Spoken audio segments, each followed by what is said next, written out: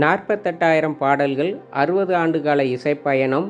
இந்தியாவின் இசைக்குயில் எஸ். ஜானகி அம்மா 10 வருடங்களுக்கு முன்பு ஏன் பாடாமல் திரையுலகில் இருந்து ஒதுங்கினார்? அவருடைய கடைசி பாடலுக்கு பின்னால் மறைந்திருக்கும் உருக்கமான ரகசியம் என்ன? இந்த வீடியோவில் விரிவாக பார்க்கலாம்.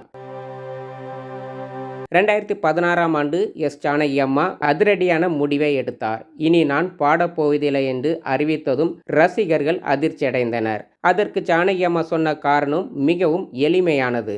என் வயதுக்கு ஏற்றவாறு என் குரலில் மாற்றம் வரும் முன்னே மக்கள் சிறந்த குரலை நினைவில் வைத்திருக்கும் போதே நான் விடைபெற விரும்புகிறேன். அது மட்டுமில்லாமல் என்னுடைய வாழ்நாளை ஓய்வு மற்றும் இறை வழிபாட்டில் கழிக்க உள்ளேன் என கூறினார். ஜானகி அம்மாவின் கடைசி பாடல் 2016ஆம் ஆண்டு வெளியான 10 கல்பங்கள் என்ற மலையாள திரைப்படத்தில் வரும் அம்மா பூவின் என்ற பாடல் அமைந்தது. இந்த பாடலை ஜானகி அம்மா பாடி முடித்ததும் ஸ்டுடியோவில் இருந்த அனைவரும் அழுதுவிட்டனர். அந்த பாடலின் வரிகள் ஒரு தாய்க்கும் மகனுக்கும் இடையிலான பாசத்தை பற்றியது. ஜானகி அம்மா பாடி முடித்ததும் மைக்கை தொட்டு கும்பிட்டு, இதுவே என்னுடைய கடைசி பாடல் என உறுதிபட கூறினார். தான் ஒரு உச்சத்தில் இருக்கும் போதே கலையை துறப்பது ஒரு மகா கலைஞனுக்கு மட்டுமே கைவந்த கலை. ஜானகி அம்மா அந்த பெருமையுடன் இன்று ஓய்வில் இருக்கிறார். ஜானகி அம்மா பாடிய பாடல்களில் உங்களுக்கு பிடித்த சிறந்த பாடல் எது என உங்களுடைய கருத்துக்களை கமெண்ட் பண்ணுங்கள்.